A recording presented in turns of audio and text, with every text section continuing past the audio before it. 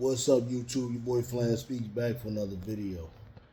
Listen, if it's one thing that I'm not gonna do to y'all, and that's cap to y'all as like a football commentator, person that's gonna speak on the sport, and Houston, Philly, we do have a problem. Washington, we do have a problem. The young boy that got over there, this Jayden Daniels. He's looking like the real deal. He's looking like the real deal. Today he puts in another good one. 14 of 25, 238 yards. Listen, out the corner of my eye, I've been watching the Commanders all year, but I'm gonna be real with you. As an Eagles fan, for real, they get my attention when they beat me. You know what I mean? Like, I still, in the back of my mind, that's kind of how I am. It's like, all right, he ain't played the Eagles yet and beat us yet, but if you look at what he's doing, man, he's having a phenomenal year as a rookie. There's no way he's not kind of like the runaway rookie of the year unless there's some performances I'm not seeing. I got to probably look at some of the receivers. I know Malik Neighbors, before he got hurt, was putting in some numbers.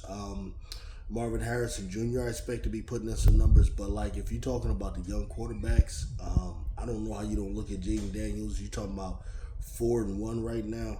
On top of the NFC East right now, they are the best team in the NFC East. You know what I mean? I have a feeling that will not be the case in the end. But you are what your record says. You're 4-1. Eagles 2-2. Dallas is what I think 2-2 the same. Giants probably won one game. So yeah, y'all got it right now, Commanders. Y'all should feel happy, man. And the thing about that game today with the Commanders and the Browns, I know people are gonna look at like the performance of Jayden Daniels, and Jayden Daniels is balling, but like if you look at what he's in charge of a pretty good roster. You know, the Washington Commanders have been adding number one picks for years on the offense and defensive line, especially on that defensive line. You know what I mean? They even let a couple of those guys go, you know, but they still have a couple of key guys, man, especially on that defense. Like Jonathan Allen, you know, guys like that with a hell of a game. Well, yeah, he had a sack today, you know, and he was just powerful out there. Man, 14-25, 238, just one interception, touchdown, and he was just driving, man. He could have had more touchdowns than that, but you know they were handing the ball off to the running backs. Brian Robinson Jr., who had 2 touchdowns, and so did Jerry McNichols. You know, and the thing that scares me, well, I'm not going to say I'm scared, but the thing that concerns me a little bit is these guys are reminding me of a team. They're reminding me of the 2022 Eagles. I'm serious. You know, when Jalen Hurts was running those college plays, and the Eagles were just, you know, winning those games like that, man. And that's what it's looking like, you know. Because they are running the right offense for Jayden Daniels right now. You know, they're giving him things he's comfortable with, and he clearly has, you know, the talent, the arm talent, and the physical talent. He looking like the real deal, man. So Eagles, you know. So our next opponent that we're going to face, the Browns, today. Put in another bad one. Deshaun Watson, 15 of 28, 125 yards. Now, I know a lot of people are down on him, and I do get it. He's not playing really well, but you know, when I was looking at the game today, the thing that stood out to me was how bad their offensive line was against the Washington defensive line. And I'm telling you, if you don't have an offensive line, I don't care who your quarterback is. It's not to say he couldn't play a little bit better than this, but you know, they're not going to do anything with that line. Defense, they did what they could, but it's like, you know, when your defense is out there, you're getting stops here and there, but your offense is constantly not doing anything, and eventually you get tired. And when you're playing against a team like Washington Commanders, who, you know, man, they do those things that they do well. It's not that their offense is so complex, but they're really good at what they do. And then right now, when you're a team in shambles like the Rams, you know, you find yourself in a bad spot. The first game, okay, the WNBA action, man. It was a good game. It was a good game, especially the first half. That second half confused me a lot. I don't know what the game plan was. I don't know what Becky Hammond did. I don't know if there was something wrong with Asia Wilson. I would like to say there wasn't because her defensive effort was stellar. But on offense, I'm just not understanding why every single time down the floor you're not giving the ball to Asia Wilson. I don't understand how in a game like this, Asia Wilson has 13 shots. And she's 7 of 13 for 19 points, but it's 13 shots. Now, there was some doubling that went on and that sort of thing, but I still don't think that was a good reason to not go to her. You look at the fact that Jonquel Jones got an early foul trouble.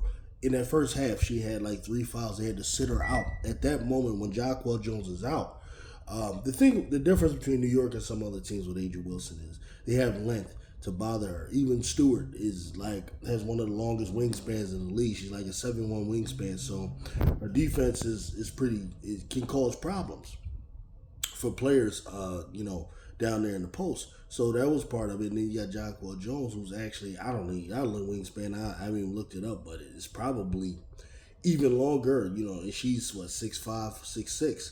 So they do give her like some issues.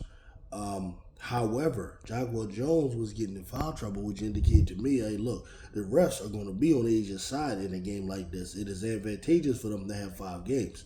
So the refs will be on their side. What you do in a situation is you attack.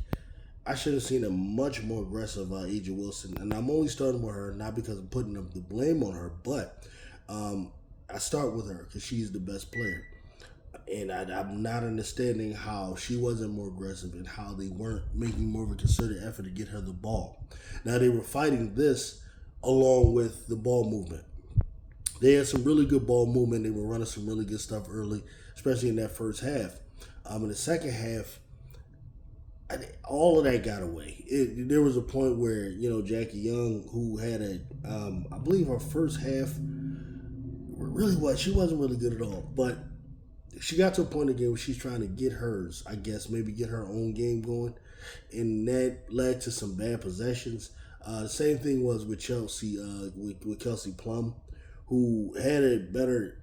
She gave us more points than Jackie Young this particular game, but she had, I believe, 12 points at halftime.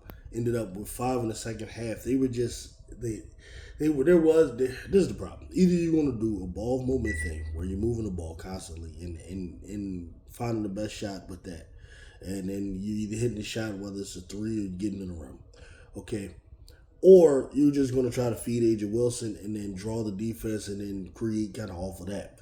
Well, they weren't doing either one of those things well in this particular game, and in that second half, it just kind of all fell apart. The beginning of the third quarter really wasn't that bad, but then it got to really somewhere in that fourth quarter, around 7 minutes or so, the game really started to get away. They were playing really, really bad basketball, man. There was a lot of like one-on-one ball, messing up, turning the ball over, missing free throws. If I could just have a penny for every free throw they were missing, it just got out of hand. And I don't know what it was. I don't know if it was just fatigue, that maybe came as a result of not rest. I don't know. Because, the Aces had players that were just overseas as well. So, we're not going to find excuses, but they kind of looked like they kind of were out of gas or something. And that game got away. Shout out to New York Liberty. They went out there. They did what they were supposed to do. They made some adjustments on defense and on offense to get Sabrina Ionescu more off this game. She ends up with 22 points, 7 rebounds, just 2 assists, which is a little under for her. But you saw the good ball movement, right? So you got Brianna Stewart with 5 assists. You got Phoebich with 4 assists. Courtney Vandersloot with 3. In New York, you know how New York plays. But one of the things that people will say, honestly, is that New York was hitting shots, whereas Vegas just was not. And that is true. Yeah. It's like, I felt like Brown Stewart was more impactful in this game, especially early on scoring-wise than Wilson was. Both of them had great defensive games. You know, I'm not gonna lie. The numbers are actually very similar. 19-10 overall for Asia versus like 19-14. The watching the game, I felt like Stewie was more impactful. I just did. She was kind of like all over the place. She was bothering Asia's shot at times. I seen her playing the passing lanes. She got a couple of blocks.